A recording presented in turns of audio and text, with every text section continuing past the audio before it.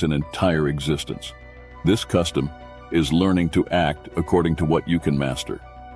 By instructing yourself to reflect on what is in your control and directing your attention there, your actions generate results.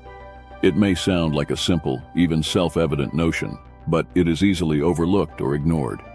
If you take the initial step to change some harmful behaviors, it could represent a turning point in your life. Before we continue, I invite you to like and share in the comments a word that symbolizes the inner strength you want to develop to achieve a truly prosperous and serene 2024. Now back to the video. So, how do you acquire this mindset, and how do you turn it into a habit? The solution can be found in Stoicism, whose goal is to help ordinary people like you and me achieve mental serenity and become stronger to face and overcome challenges. Even though it is an ancient philosophy, it can help us develop a habit capable of radically altering our lives, as its teachings are clear, simple to understand, easy to assimilate, and possible to practice, regardless of our situation or the adversities we face. The practice of Stoicism is a powerful tool for personal transformation, offering strategies to focus on what really matters. Based on these practices, in this video, we will discuss how to reflect and act according to what is really within your reach. And if you're new to the channel, help us bring this guidance to more people who need it. It's quite simple. Like this video, subscribe to the channel and comment. It's already a big help. If some of what we said made sense to you, let's now move on to the aspects that are under your control. Modify what you express. If you are over 20, you will agree with me that considering before speaking is something you wish you had learned and practiced earlier in life, which would certainly have avoided a lot of confusion, preserved many opportunities, and alleviated some sadness. However, most of us react and think quickly, acting impulsively, especially when something or someone affects our pride or hurts our ego. When we feel threatened or hurt in any way, our first reaction is to retaliate, responding in kind. We create different narratives in our minds, and a series of arguments justifying why we should be angry or offended. This generates more frustration, and we end up being dominated by the situation, allowing emotions to take over, as if it were a very strong wave that invades us completely, and we pour it all out with our words. We express what we are feeling, and later when we calm down, we realize how different the situation could have been if we had reflected calmly. This occurs because deep down we still retain a large part of our primitive instincts. Our mind reacts as if we were in past eras, when survival depended on quick decisions. Today, this speed is less crucial to our survival, but it still influences our behavior. And when we allow emotion to prevail, speaking without consideration, we lose control over the situation. Epictetus, philosopher, and one of the main exponents of Stoicism, reminds us that the only thing that distinguishes us from animals is our ability to reason. When we neglect or waste it, we lower ourselves to their level. The next time you feel your insecurities emerging, someone teasing you or something challenging you, Stoicism suggests a different approach, pausing before reacting. By giving yourself time to respond, whether it's a minute or 10 minutes if necessary, you create the opportunity to craft a thoughtful response rather than an instantaneous reaction to your feelings, or choose not to respond at all. Often, silence is the best response. Regardless of how diligently you strive to reflect and act, considering what you can control, from time to time you will allow your emotions to overwhelm you, for you are human and not infallible. And if it's still challenging to respond rationally, even after a few minutes of reflection, silence can represent a true manifestation of strength. This way, you develop your ability to remain calm under pressure. Establishing the habit of focusing on what you can control starts with learning to think before you speak. Practice mindfulness during conversations. Reflect before responding. Start with calmer conversations first and then move on to more meaningful conversations. Choosing to ponder before speaking helps us evolve into our most refined selves, demonstrating that true strength lies in controlling our own reactions, not the circumstances around us. Epictetus shared that philosophy is like a way of life, teaching us that it is not what happens to us, but how we react to it that matters. By honestly looking inside yourself, you can understand that how you react is truly under your control. Stoicism teaches that we can learn to interact with the world in a way that better reflects our natural humanity and uniqueness. Pondering before acting is not denying our identity or opting for silence, but rather learning to master our emotions and impulses, allowing us to progress into our most improved self. How you act, your level of effectiveness in life is under your control and is determined by what you do in your everyday life. We can deliberate about our actions consciously or not, act in response to something, or let life lead us. Either way, we are making a choice, just as when we speak without consideration, we relinquish our control. The same occurs when we act without considering, giving in to our impulses and emotions. As the philosopher E.P. teaches us, when we don't make our own choices, we end up living through the choices of others. To change our daily conduct, it is essential to reflect on the reason behind our actions. We often act automatically, reflecting what we have learned, believed, and valued. Therefore, to change, it is necessary to understand why we act the way we do. This involves looking inside yourself, not with judgment, but by asking questions about your actions and your motives. An illustrative example is a story in which a woman was preparing a ham for dinner and cut off the ends of the meat. Confused, the husband asked why she did that. She replied that was how her mother did it. That night, her mother came to dinner with them, and they took the opportunity to ask her why she cut off the ends of the ham. The answer was that it was because his mother baked it that way. They then decided to call their grandmother and ask why. The answer was, because my oven is small. This first step is crucial as it sets the stage for a profound change in our behavior. Understanding it clearly puts us on the right path to taking actions that are more aligned with who we want to be. The second step is to establish clear goals for the change we desire. Seneca said, "If you don't know where you want to go, no wind will be favorable."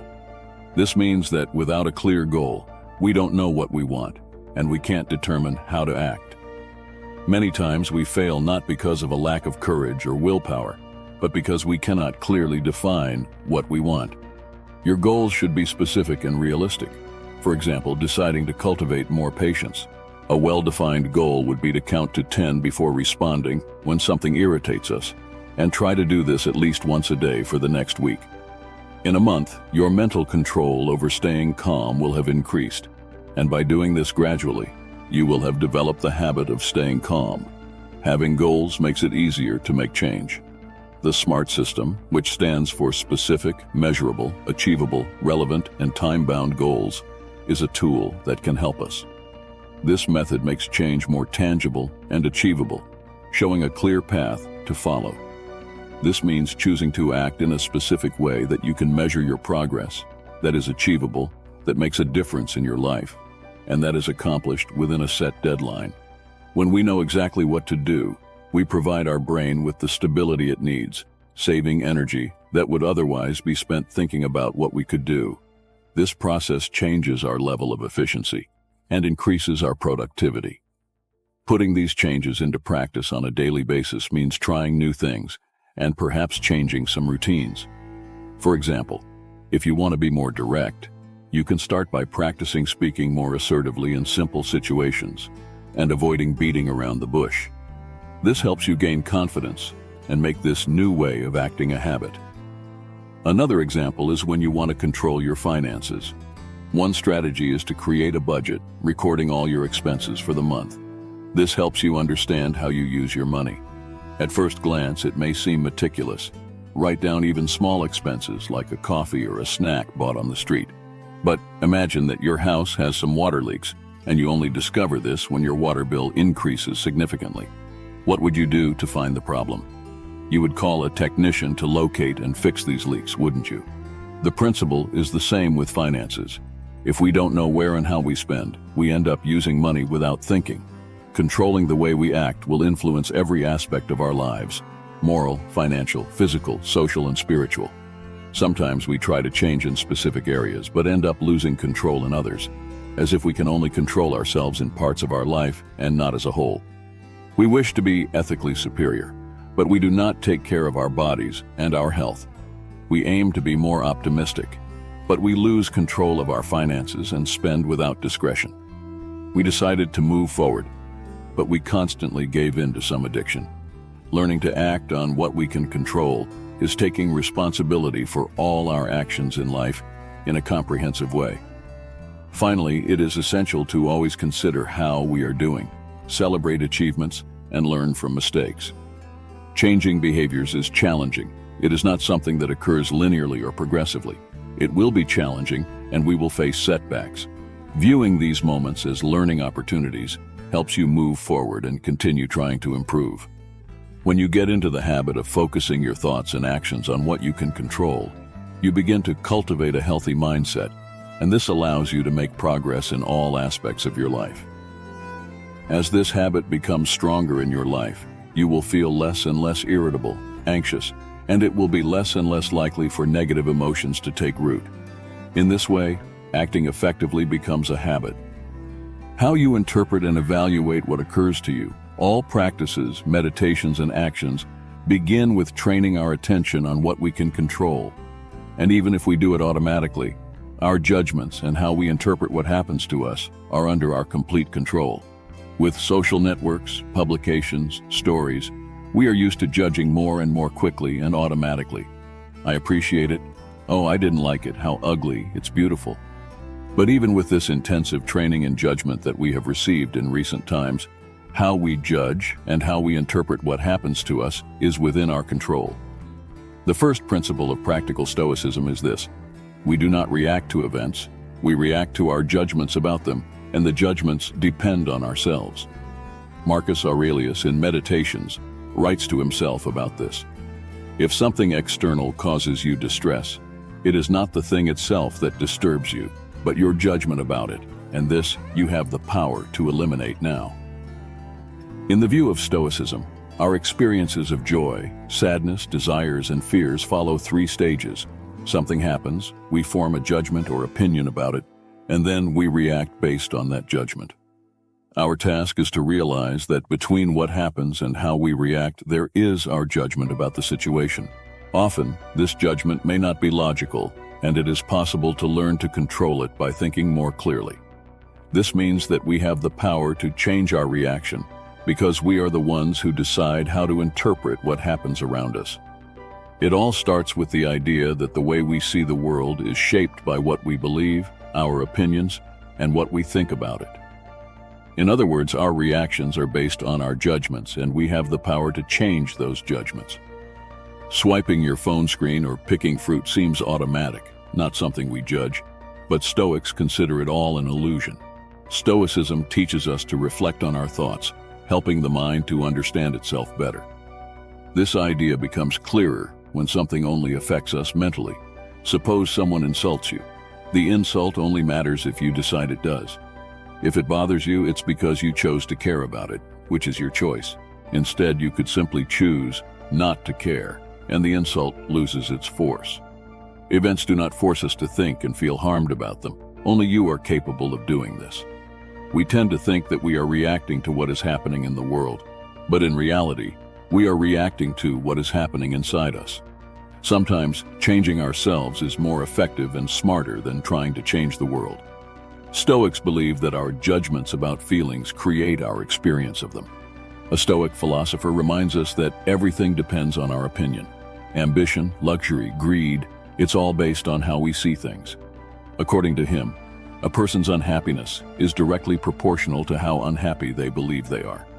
For example, physical pain or the flu are real sensations, but how we interpret them, how much they bother us, or the meaning they have depends on us. Our feelings of pain or pleasure increase or decrease as we talk to ourselves about them, or make deep, often unconscious judgments. Try to remember the last time you were sick with the flu. Apart from the discomfort, how much have you said to yourself, "I hate being sick. What a horrible flu. I don't like feeling this way." We make judgments so automatically that we often don't even realize it, underestimating the impact they have. But the Stoics realize this and encourage us to pay attention to them. The Stoics show that we can change how we judge things, and this can transform the way we live much more than we think. The goal of Stoicism is to make us aware of these judgments so that we can learn to manage them in the best way possible. How we interpret life events profoundly shapes how we see the world. We often don't even realize that this interpretation is influenced by our beliefs and past experiences. This is how some fears and traumas are born, grow, and take over our minds. Recognizing that we have the power to change our perspective is essential for true personal transformation. By challenging ourselves to look at situations in a new light, we can change our internal reality. Knowing that we can change this way of seeing things is the first step towards true improvement. Each of us has this psychological capacity to change and transform this understanding into a habit in our own lives. Your commitment, the pact you establish with yourself, is what drives you to absorb this knowledge and have the moral strength daily to apply it. Commitment means dedication. That is, once you dedicate yourself to something, you no longer have the freedom to do anything else. All changes, no matter how challenging and time-consuming, are possible. However, it is necessary that you have a commitment to your own life, that you learn to guide your will and have control over your desires. When we better control what we say, how we act, and how we interpret what happens to us, we have the opportunity to truly transform our lives. And when we change our lives, we automatically change the lives of everyone around us. Stoic philosophy employs mental practices combined with a set of values that can guide us toward our best selves. Developing a virtuous life actually leads to emotional wealth, a wealth that teaches us how to deal with our emotions. May you start practicing this new habit today, thinking and acting on what you can control. And if you've made it this far, comment gratitude. This way, you reaffirm your commitment to change. Now, to discover the power of Stoicism in your life through 6 challenges, watch the video to your left. Thanks for watching.